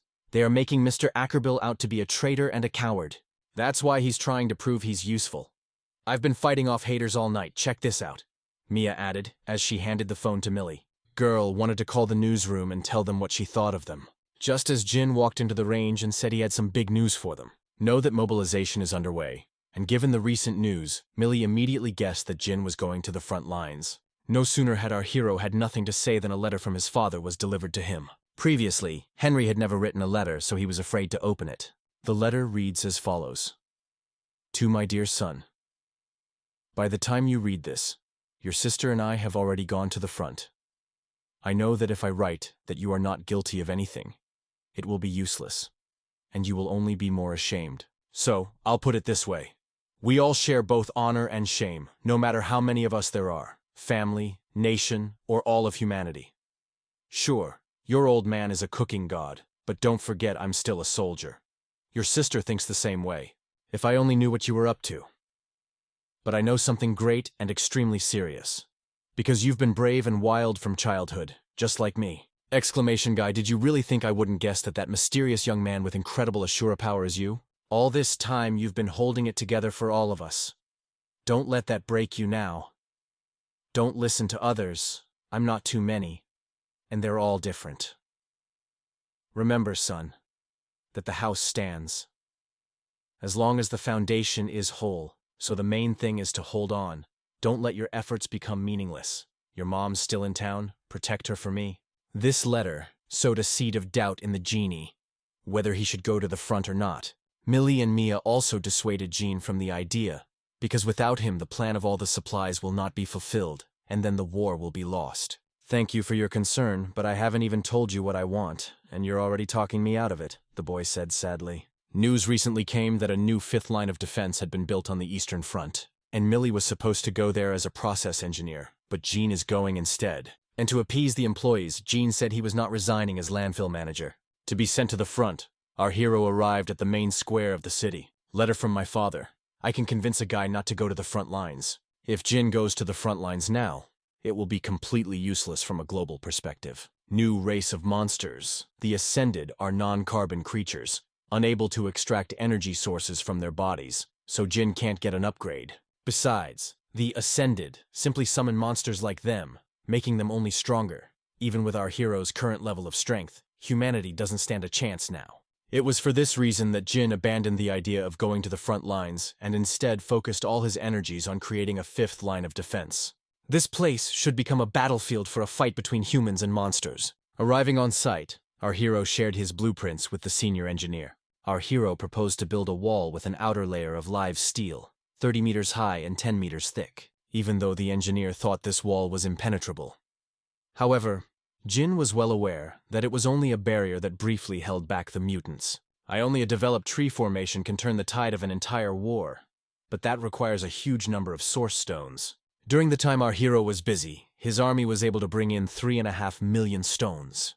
So as soon as he had some free time, he decided to start building his own defense line. Exploring a new branch of formation, our hero discovered fire formation, and in it the skill 1 kilometer reinforcement. This is a defensive skill that, at the point of activation, erects huge stone pillars within a kilometer radius. But simply building these stacks is not enough to hold off the onslaught of mutants. They must be reinforced. The next few hours, Jin spent building defenses. Thanks to his frequent use of the formation tree, Jin had raised his proficiency level to 3rd, and he spent only 1 million source stones to erect the protective pillars, and managed to mine 10 kilometers along the front. 100,000 source stones per kilometer. This should be more than enough to slow down the low-level, Ascended ones. But that wasn't all. This night, Jin was going to completely mine all 30 kilometers, the first defensive line. The next morning, the senior engineer came to the genie with some very bad news. Some so-called experts felt that Jin's 5th defense line construction plan was useless and only wasted resources. If the public really thinks so, our heroes are in big trouble. The construction will be shut down very quickly. I agree it's unpleasant, but it doesn't concern you. Keep working and I'll come up with a new defense plan, said the genie, smiling. From the beginning, our hero planned to use this wall as a trap. When the monsters passed through it, it would let their guard down, and they would not notice the gifts Jin had left them. But on the other hand, apart from confounding the enemy, what other use can this wall be? After thinking about it for a bit, Jin had a plan.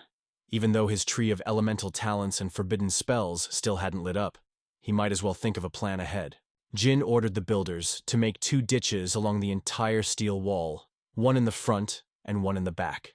The front moat was to be filled with water and the back moat with oil. When the Ascended ones attack, the humans will hit them with everything they have. First they'll plug the wall with electricity. Water is a great conductor of electricity. When the monsters do get through the wall, they'll fry them. A new defense plan could change the public's mind about building that wall. But that's not all these moats are for.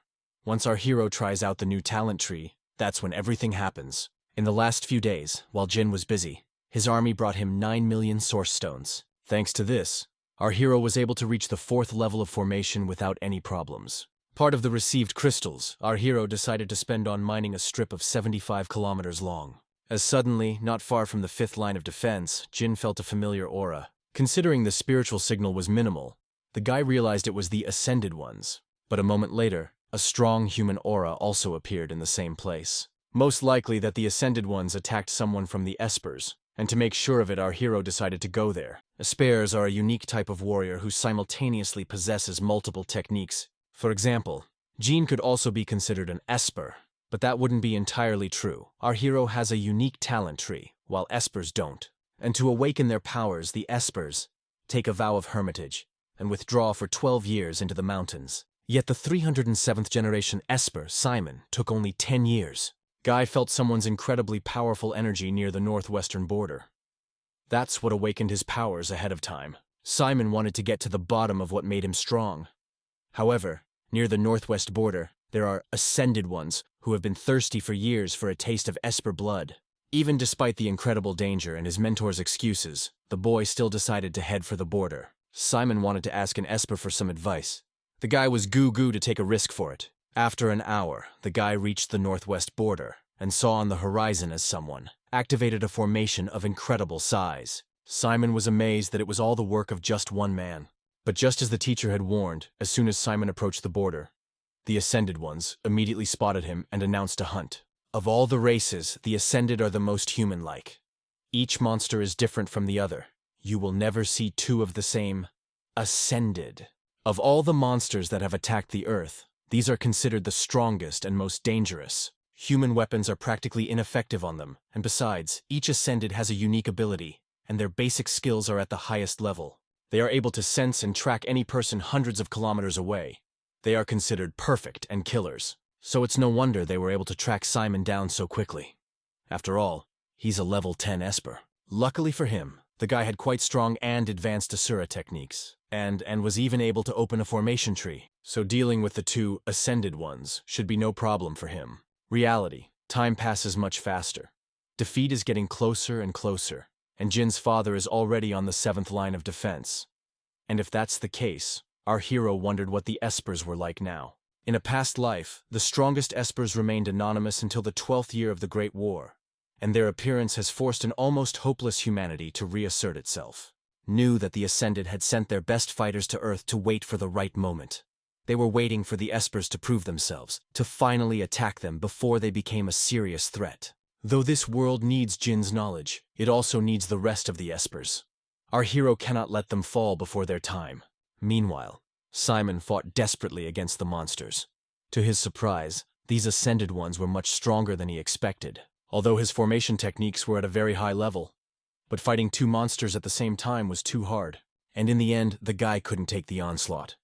The Ascended managed to destroy his spiritual defenses. Simon realized that this was his end, but he refused to believe that everything he had done was for nothing, and he would die in the first battle. However, he accepted reality as it was, since he was destined to die. Here, he intended to take one of the monsters with him to the grave, but unfortunately, the monsters were much faster than Simon thought! A sign of good fortune, Jin got there just in time, our hero taking Simon out of harm's way at the last moment. "You're the esper I smelled." Coughing up blood, the guy whispered, "I'll take on the rest of the assassin. Your job is to distract the rotten giant. They're both of the highest level, so be careful," Jin replied. "The two of them. They have a chance, but even the slightest mistake could cost them their lives. In a previous life, our hero has already met with a steel assassin. Then at the cost of hundreds of lives of his soldiers, he managed to defeat him. This time, he should be able to handle it by himself." Activating the level 3 formation's steel spikes, Jin hoped to finish him off. But unfortunately, it wasn't enough. The difference in levels was too great. But our hero still had something to surprise the steel assassin, a combination of evil spikes enhanced by ice technology. After reinforcement, this technique is as good as a level 6 attack, and its destructive power can even be compared to a level 8 skill. Seeing the ice mountain created by our hero, Simon was shocked. He had never seen or even heard of anything like this before. But it's not that important now. The important thing is that the genie handled the steel assassin. Seeing that the guy was distracted by his technique, our hero shouted, "Simon, watch out!" But it was too late. A rotten giant smeared Esper like a fly. Realizing that Simon was unlikely to survive, Jin decided to deal with the monster first. Activating Asura's Berserk skill. Because the giant had fought Simon for so long he was tired, his defense weakened, and Jin took advantage of it. "Asura, so you are the mysterious Esper of the top 10? Simon asked, coming to his senses. Learning that the guy was alive after all, Jin changed his mind about killing the rotten giant himself. He wanted Simon to do it. But the guy was too wounded, he could hardly speak. And then our hero had an idea. What if we use the formation to strengthen the man? It was quite risky. With such a burst of spiritual energy, the guy could go crazy. But since he was an Esper, Jin still decided to take a chance. And for good reason. He managed to achieve a 10-fold increase in all his skills. As suddenly, the guy screamed in pain and fell to the floor. Soon, Simon stopped screaming altogether. But Jin could hear his heart beating. It sounded like his mind couldn't take the amplification. Well, it looks like our hero has no choice but to deal with the Ascended alone. when suddenly a bright flash of purple color appeared above his head. Could it really be another monster? Luckily, it was Simon who came to his senses and decided to finish off the rotten giant, the thousand-sword formation empowered by the spirit of the great esper. This guy was stronger than our hero imagined. But the surprises didn't end there. The steel assassin was able to break out of Jean's icy prison. It seems our hero has underestimated the power of the high-level ascended. We can't wait any longer. We have to finish these monsters as soon as possible. Level 4 technique, lightning burst, enhanced by the formation skill. This time the monster doesn't stand a chance. His entire body is made of solid steel. And as we know, iron is an excellent conductor of electricity. Finally, the rotten giant and the steel assassin were finished. After it was over, Simon got down on one knee and said, "Master, thank you. I have life by my side. And you have taught me an invaluable lesson. The Mist Clan will always serve you now. I realize the only reason you haven't made yourself known to the world is because it's not time yet. That formation technique I saw earlier. You've booby-trapped everything here. Don't you want to make this place the final battlefield?" Simon added. This guy turned out to be not only incredibly strong, but also very smart. Figured out Jean's plan in just a few minutes. Oh, I almost forgot. There's no point in you wearing a mask in front of me. Your last name starts with an A. And besides, Asura is the way of the assassin. And the guy in the news runs a major firing range. Maybe I'm not as strong as you, Master, but I'm not stupid. Or should I call you Jean? Said Simon. To say that our hero was shocked is an understatement. When he saw the surprise on Jin's face, he added, "I should probably explain myself. I haven't been following you. Even though I've been a hermit for the last few years, I still use the internet and put 2 plus 2 together to figure out who you are, but I promise I'll keep it a secret. I have one more request. I want to go to the 7th line of defense to buy more time for your plan. Can you help me?" Looking into Simon's eyes, Jean replied, "It's nice to know that there are still such intelligent people left in the world. About your request, I'll think about it. But Simon, you should know that Line 7 is a lot more dangerous than this place, and I need you alive. Remember that." Jin realized that there was no way to talk the guy out of the idea of going to the front lines. But before Simon can do that, our hero has asked the guy to guide him to the Mist Clan. Along the way, Simon told me that he has a little sister who has the power of teleportation. The news that Steel Assassin and Rotten Giant were killed quickly hit the media. Jin wanted to come to Simon's clan to help him strengthen before he was sent to the front, and at the same time meet his sister to help her strengthen her teleportation skill. But little Yuppie was just a baby. Some members of the clan, as well as many ordinary people, didn't like Jin much because of what the news said about him. And when Yuppie heard the adults talking about their new friend, decided to teach them a lesson, no big deal, just moved them to the sewer. For her age, Yuppie was quite adept at teleportation. And then our hero remembered something. In the ranking of warriors on the 12th place was a girl who possessed the skill of teleportation. And judging by her name, she was Yuppie. With her teleportation ability, our hero would be able to control each of his ranges and be on the 5th line of defense at the same time. With this factor in mind, it's time to start executing the plan. The first step is to activate the Summon Undead skill. That evening, Jin met with Mimura to tell her that he wanted to return to the range and still be on the 5th line of defense. The girl thought it was crazy, because the distance between the two places was huge. It was physically impossible, but Jin had it all worked out. He told Mimura about it, so she could help him get a permit. The girl promised she'd help anyone she could. Given the situation on the front lines, it shouldn't be too difficult. Now our hero has enough source stones to develop his undead army, and with Yuppie's ability to teleport long distances, it's even easier to collect monster stones. Having collected, all the stones were something monsters. Jin asked Yuppie to carry them to the Great Tomb, which was 100 kilometers away. So far, our hero has been able to collect almost 100 million source stones. After teleporting, our heroes found themselves on the edge of a cliff. This place was definitely not a tomb. It seems that Yuppie's ability has some limitations after all, even though Jin was reinforcing it with his formations. Fortunately, the next activation of teleportation required only a few minutes. And this time, the girl got Jin where he needed to go, right to the entrance of the Emperor's tomb. But she got away. And when our hero noticed it, he said, "Funny, she was even smarter than her brother. It's not that important now.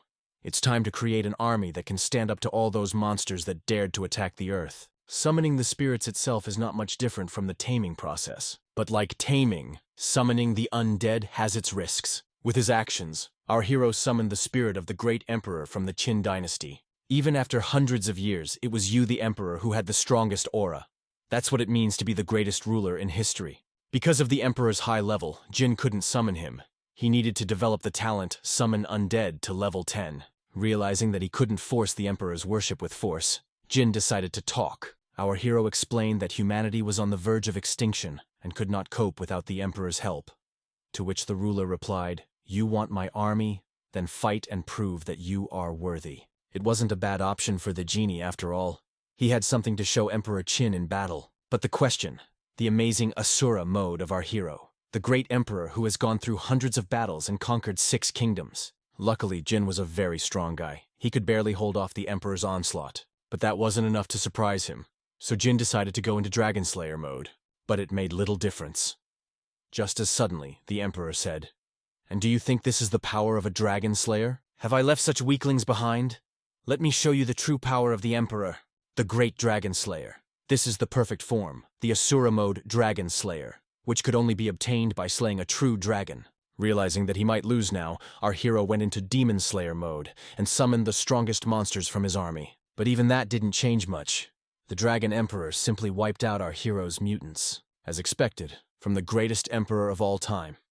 And that's when Jin decided to show everything he had and go into Hell on Earth mode, Asura's strongest form. And this time, the Emperor's dragon was defeated. Jin simply suffocated it with his demonic aura. Seeing his dragons disappear, the Emperor said in amazement, "Impossible!" Gina seized the moment and attacked the Emperor. Surprisingly, the strongest Hell on Earth mode attack did little to nothing to the Emperor. Let's call it a day. One more explosion like that, and there will be nothing left of my tomb. I recognize your power. I was in the dark for hundreds of years before I gave you my army. Tell me the truth, said the Emperor sadly.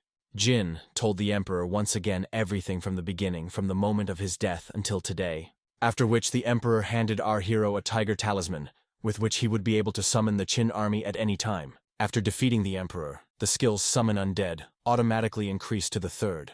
Thanks to this, the Qin Emperor's army will be under the full control of our hero. The Undead army numbers 10 million warriors, and with the Immortal Servant ability, even after killing, Qin warriors will be resurrected an unlimited number of times. And with that, Jin completely unlocked the elemental tree, and unlocked the Forbidden Spell skill. Suddenly, our hero felt the presence of a group of steel assassins nearby, who attacked 2 young espers at once, and simultaneously in different places. "Don't worry, it's not a problem.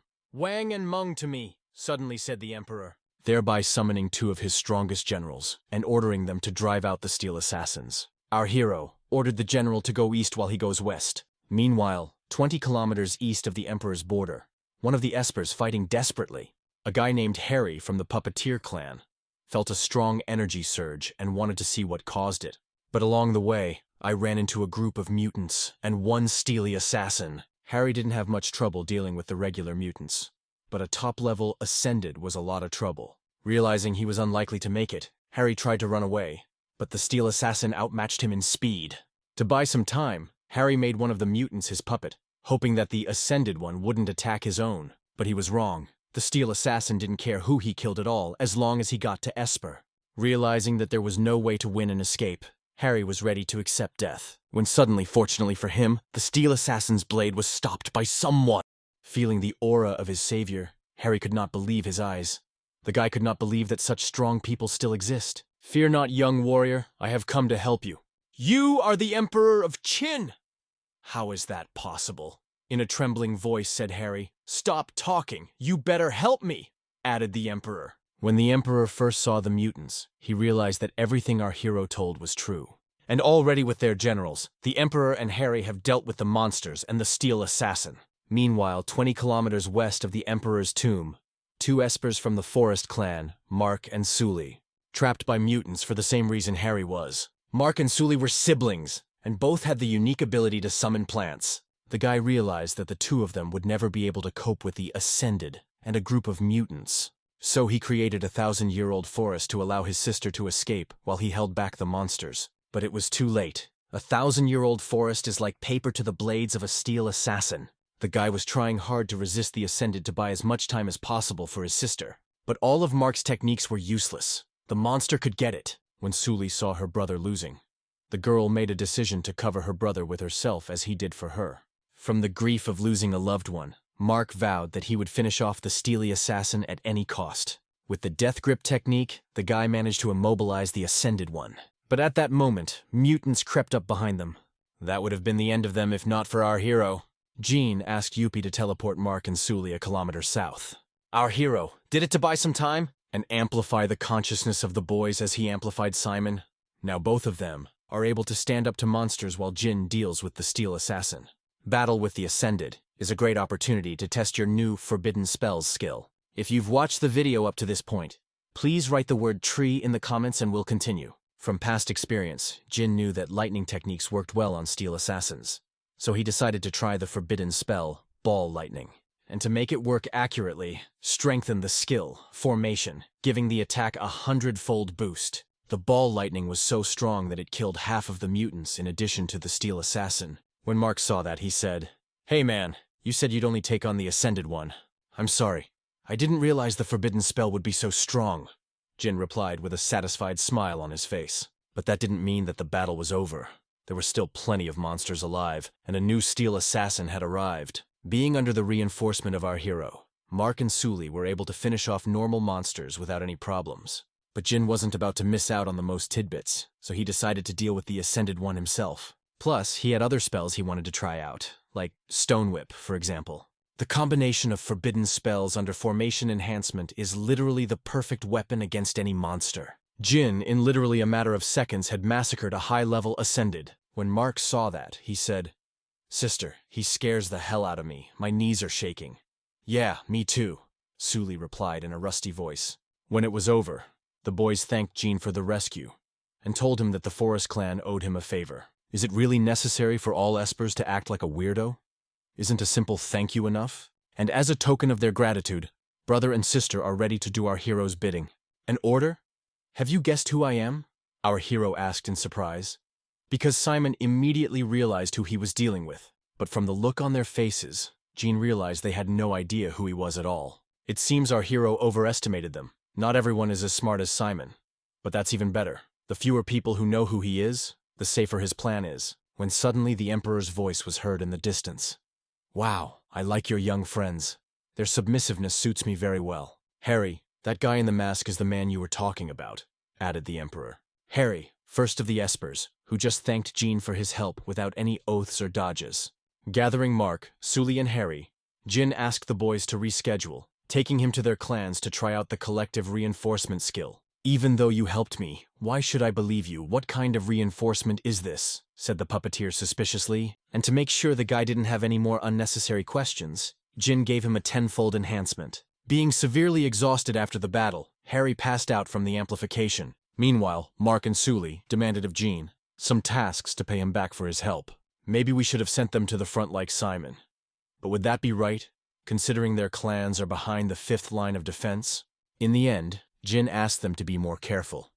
Although they were strong, they would die quickly at the front. Meanwhile, Harry came to his senses and said, "You summoned an army of undead to protect us and our home, and yet you ask nothing of us in return.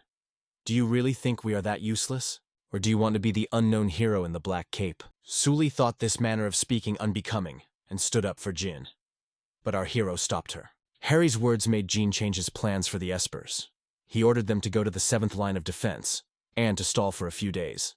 But before they left, our hero warned them that the battlefield was more dangerous than here, and if they were to survive, they had to find Jin. But that's not all. Jin has given Harry the Tiger Amulet and entrusted him with control of the undead army. It might seem reckless to give such power to a stranger, but our hero had his reasons. The news that the Forest and Puppet Clan had engaged in battle quickly hit the media. But beyond that, the news began to show more and more often that great clans of espers were dying on the battlefield.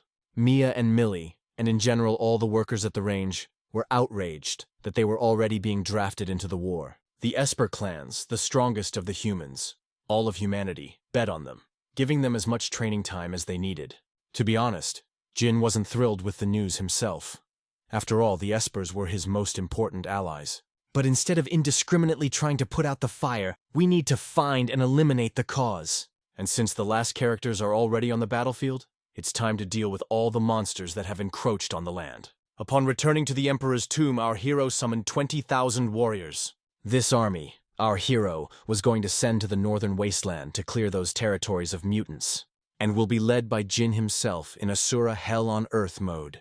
Meanwhile, Sarah and Vicky have once again detected a massive surge of spiritual energy. Only this time, the outgoing signal is much more powerful. Not realizing what it was, the girls immediately decided to report it to the military leadership. Plan of revenge. Our hero has nurtured for years, so the slightest step he thought out in advance. Undead army he reinforced with thunder magic and cover the battlefield with ice formation. The northern wasteland will be a mass grave for all those creatures left there. When suddenly Sarah's radar detected the use of a forbidden spell and a top-level formation in the same place. After completing all the preparations, Jin sent an army of dead men north. It's time to reclaim the lost lands and wipe out all those who dare attack the land. To start the battle, our hero decided to use the forbidden spell of ball lightning enhanced formation 1,000 times. This lightning bolt was so big and bright that it replaced the moon and illuminated the nearest cities. To find out what's going on, the top military brass sent in a reconnaissance team. The next step of our hero was to unite all the monsters that he had previously tamed into one large army. News of what was happening in the northern wasteland quickly spread throughout the Southern Alliance. The news said there was a battle involving 5 legendary-level espers. The reporters concluded this because 5 talents were activated in the area at once. No one had the slightest idea that this was all the work of one man. Such a commotion caught the attention of not only the monsters and reporters, but also many espers. It was the perfect opportunity for the genie to activate a boost on them. Jin was ready for the complete liberation of the northern wasteland. All that was left was to wait for the Ascended Ones. After about 10 minutes, those things finally showed up in full force. Our hero couldn't believe that the moment he'd longed for had finally become her. As soon as the first Ascended appeared on the horizon, Jin immediately rushed to attack. As expected, these monsters will bring an army of their own. Good thing Jin was ready for it and brought an army too. Steel Wolves took on the Purple Orc, an ascendant of the highest level. Meanwhile, the undead army was chopping the stone golems to pieces. Even still, things weren't going well, even though the beasts and undead increased their power after farming. Even so, the beasts, excluding the king, do not surpass the Ascended Ones in strength. The same goes for the undead army. If the situation continues in the same scenario, even in the case of victory, the casualties will be too many. Realizing that chaotic attacks are unlikely to defeat the Ascended, our hero ordered his army to create a cauldron and force the enemy into it, then crush it! Don't leave anyone alive! Thanks to the fact that the undead army was immune to poisons, they were able to break through the poison monkey's defense line and lure all the Ascended into the center of the cauldron. And to make the plan work even better, our hero decided to jump into the center of it himself to deal with the monsters from the inside. Forbidden technique, space incineration, 1,000-fold enhancement of the formation, activation. This spell could literally be compared to the explosion from a falling meteor. It's almost impossible to survive. However, Jin couldn't take any chances and asked Yuppie to follow up. If any of the Ascended Ones still managed to escape, Jin should teleport to them. "Got it! Get ready!" Yuppie suddenly shouted out, whereupon the girl teleported our hero straight to a giant purple orc. No wonder such a big guy was able to survive after space evaporation. But the genie quickly remedied that with one mighty lava burst. Our hero praised Yuppie for a great job, but asked that next time he should warn you before teleporting. Before he could realize anything, Yuppie had moved Jin to the other Ascended Ones. In Hell on Earth mode, with one powerful combination of blows, our hero dealt with all the monsters. In the meantime, almost all the espers have arrived at the battlefield. The military will be here soon. We must hurry. In order to have time to kill as many monsters as possible before the espers arrive, Jin decided to try a new forbidden spell, Hellquake. This technique utilizes the element of earth, causing the floor beneath the mutants' feet to tear apart. The sheer scale of this machinery was mind-boggling. In a radius of 10 kilometers, the earth turned upside down, burying the mutants alive. The espers who were watching from the sidelines couldn't believe their eyes, because not even the heroes of the Mole clan were capable of creating such powerful earth elemental techniques. As a friend, one of the espers noticed a bright energy flash behind him. It all happened so fast that no one even realized what had happened. Suddenly, each of them felt incredible pain. It's all Jin's fault, and his tenfold mind enhancement. Although it was very energy costly, but our hero couldn't just lose strong allies. When he came to his senses, one of the espers said, "Sir, I dare to ask you your name. My clan will be immensely grateful if you answer. We left a message for you and the troops in the northern wildlands of the Gobi." If you want to repay me, just do as I say, Jin replied rudely, and then promptly disappeared. The guy guessed that our hero didn't want to reveal his name yet. Meanwhile, military intelligence has already arrived at the northern wasteland. But by then, there was no more Jin, no monsters, no one. But then, one of the espers came down to see the commander of the inner forces. The man tried to ask the heroes about what happened here. But, like the military man, the guy didn't fully understand what had happened. He only said that he had met one of the legendary level heroes who disappeared right after he enhanced his abilities. And the fact that these 5 legendary heroes left some kind of assignment around here somewhere. After seeing our hero's message, the commander of the internal troops ordered to summon all high-ranking military officials and ancient clan leaders in the 5th line of defense for an emergency meeting. I'd love to reveal my identity to the world, but it's too soon. Moreover, human nature is unpredictable. In times of war, there will always be those who are on the enemy's side. If Jin reveals his identity now, all of his side will be useless. That's exactly what happened in his past life.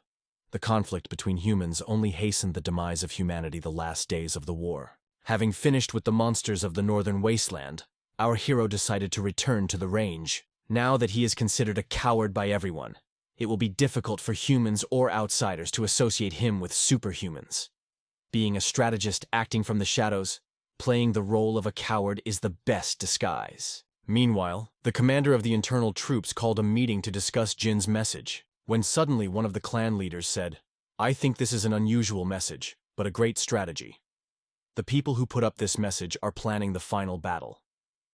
Here, on the 5th line of defense." From what was written, it was done by an asura. This demonic nature is very unpredictable. General Funk is right. Trusting a person with the skill of asura is very reckless. Especially we do not know who these mysterious people who left a message. Interrupted, said General of the 3rd line Fei. After listening to his colleagues, the head of the Mole clan said, "Even if this message was cut out by asura, the other 5 heroes were undoubtedly present as well. Otherwise, we wouldn't have been informed of it after the enhancement of our clan's human abilities. Plus, given these requirements like volcano, canal, steel, all of this points to great formations, powerful spells that require the earth itself to fuel them. In general, given the current situation on the front lines, the clan heads were ready to support Jin's plan. But here were the generals. The 2nd, 3rd, and 4th lines were not enthusiastic about this plan, for it was too risky. The votes were tied, so the final decision rested with the commander of the internal troops. After weighing the pros and cons, Commander-in-Chief William agreed to Jin's plan. To do this, humans need to build an artificial volcano, which is a mountain of crude oil, as soon as possible. A huge canal along the entire 5th line of defense, filled with water from the sea. A vast forest of giant steelwood trees. And lastly, make a huge supply of source stones that can blanket the heavens with tongues of flame. When people found out about it, they thought the military leadership were fools and idiots, because that's not how they work 24 hours a day, 7 days a week. And to build something like this in a short period of time, and not let the front line fall, is simply impossible. Jin was glad that the military leadership agreed to his plan. Now the fate of all mankind was in his hands. When suddenly, the senior engineer of the 5th defense line joyfully ran to the genie and said, "Sir, you have already seen. The military leadership has approved projects similar to what we are working on. Looks like it's going to be just like we thought." When suddenly from the upper floors came a scream. "What the hell is that?" Going upstairs, our hero saw a huge red crater, not far from the 7th line of defense. At that moment, Jin was gripped by a primal fear. It had happened in a previous life. It's an alien gate. A rift in space. They shouldn't have opened it this wide for the next 2 years. Last time, opening this gate meant the end of everything. In the next few hours, the monsters will overrun the 7th line of defense. It will be a massacre. Jin has to find a way to save them. Plus his father and sister are on that line. To buy some time and help the soldiers what is on the 7th line of defense, our hero called in an army of the undead. But there was one big problem. The Emperor's tomb was 1,000 kilometers away from the 7th line of defense. To be more precise, it was a huge problem. Realizing the need to act instantly, Jin asked Yuppie to teleport him and the army. The girl gave it her best, but it was beyond her strength. Trying to teleport, Yuppie started coughing up blood, and soon she fainted. Jin demanded too much of her. Realizing this, our hero said, "Yuppie, it's too far. Don't force yourself if you can't bear it." When suddenly, the teleportation technique activated again. "Who do you think I am? I'm not some little brat, it's easy for me. Jupi came to her senses. Meanwhile, the squads that were on the 7th line were preparing for battle. I won't hide it, at the sight of the alien gate, the morale of the men would be severely shaken. And General Wang was the only one who wouldn't let his men surrender. And things were really terrible. There were practically no nuclear-armed shells left. Artillery shells for several salvos. But it's not the first time soldiers on the 7th line of defense have had to fight under such conditions. A few weeks ago, the Ascended went on their biggest attack in years. And only a group of espers with their clans and undead army saved the 7th line of defense. A similar situation now, but Henry was afraid that even the esper clans wouldn't be enough this time. He was well aware that they were flesh and blood men. They too are tired, and they too die. Henry was not afraid of death. But he was saddened by the thought of a younger generation, who had never seen life, was giving their lives in this war. Because of their age, most of the veterans were transferred to artillery units. But that doesn't mean they weren't ready to fight. They thought they would rather die than the young. It has begun. From the alien gate, thousands of monsters poured out. First, the monster was met by Simon with the Emperor Father's army he was given. But not just the undead army. The guy could surprise a monster. In the time he had been in the 7th line of defense, his 1,000 spirit sword skill had become much stronger. Simon, with his 7 strength, tried to keep the monsters from getting close to the defensive line. On the left flank, covered by Harry and his puppets. And on the right, Gemini Mark and Sully with their tree techniques. Even so, the forces weren't enough. The espers were fighting at full strength. When the monsters got close enough, the artillery opened fire. The cannons fired non-stop, volley after volley. At one point, people even thought they couldn't hold back this attack. When suddenly, out of the gate, an ascended man of colossal proportions appeared. His height was about 100 meters, and his abilities could only be guessed at. The first person to attack this giant was Harry. A single swing of this titan was enough to kill thousands of soldiers. Despite this, Harry and his puppets decided to try and stop the ascended man. But the guy quickly realized he couldn't do it alone. Only by joining forces with Emperor Qin and his army might there be a chance. But the titan didn't even give him the slightest chance of getting near him. Then, Emperor Qin took the hit so that his army could attack. But to resist such a powerful opponent like Titan, even an emperor was beyond the power of an emperor. And yet that was more than enough time for his army to strike back. Unfortunately, the human attacks didn't last long. Titans somehow figure out how to destroy the undead. Previously, only Jin and the Emperor knew about it. Killing immortals several times in 1 minute no longer resurrects them. But even knowing that their opponent had figured out how to kill them, the Emperor's army wasn't going to back down. They are great warriors of the Eastern Empire who died for the greatness of their native country. What have they got to fear after death? Seeing what was happening, General Wang decided to lead the men into battle. The general was soberly assessing his army's abilities, so he ordered them to concentrate on the small outsiders. And meanwhile, 200 kilometers from the 7th line of defense, Yupi managed to teleport an entire army so close. Previously, the limit for Yupi was to move up to 100 kilometers, and that required incredible effort. At least since that time, her abilities have increased, but not enough to move that many objects over a great distance. The thought of her brother on the front lines kept her from giving up. Meanwhile, things were getting worse and worse on the 7th line of defense. The army below you couldn't stop him. Then, Harry ordered the emperor of his army to take up a smaller monster and entrust the Titan Esperanus. Harry decided to take a risk and try to make the Titan his puppet. Sure, it might seem silly, but it was worth a try, especially since Simon was helping him do it. To make the Titan a puppet, Harry needed to tie spiritual ropes around as many parts of the monster's body as possible. But as long as the Titan is moving, make it nearly impossible to do so. And that's when Mark and Sully came to the rescue with their sealing techniques. And General Wang wasn't going to stand by either. While the human army fights the common monsters, the general decided to help the espers. The general believed that no monster in existence could stand up to 5 espers at once. But Titan, a monster on a level humans never thought possible. For him, all the hero's attacks were completely harmless. Not even artillery shells could harm him. As suddenly, the Ascended One started spinning his chain at a tremendous speed, creating a mad vortex. Lo and behold, this monster's first skill is Titanic Tornado, when suddenly, a lone helicopter appeared on the battlefield, firing at the Titan with every possible weapon. As we flew closer, a man's voice came out of the helicopter. "Everybody back! I'm going to tear it to shreds!" Even though it was very loud on the field, Simon could clearly hear the voice. It was Henry's voice. 3 minutes earlier, Jean's father had handed over command of the artillery to his friend. The man saw how strong the Titan was and realized that humans couldn't handle it. Henry remembered that they had one helicopter left that had several nuclear mini-bombs on it. The man knew perfectly well that he was unlikely to return. But he couldn't let a Titan kill the espers. After all, they are the last hope of mankind. Henry lived a wonderful and long life. In the last seconds of his life, he only regretted the little time he had with his children.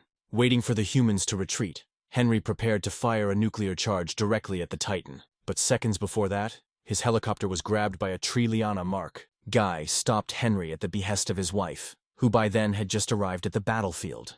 When the man looked out the window to see what had happened, he saw his son who was carefully trying to hide his identity.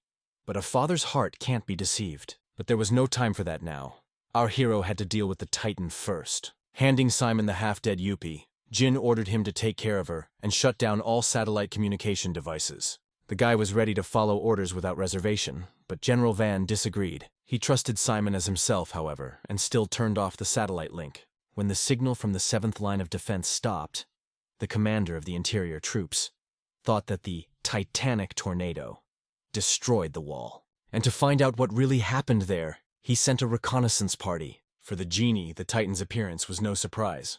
In a previous life, this Ascended destroyed 5 lines of defense single-handedly. But most importantly, our hero knew how he could defeat it. This Titan had 2 huge Xenoblades in his arsenal, a very specific weapon.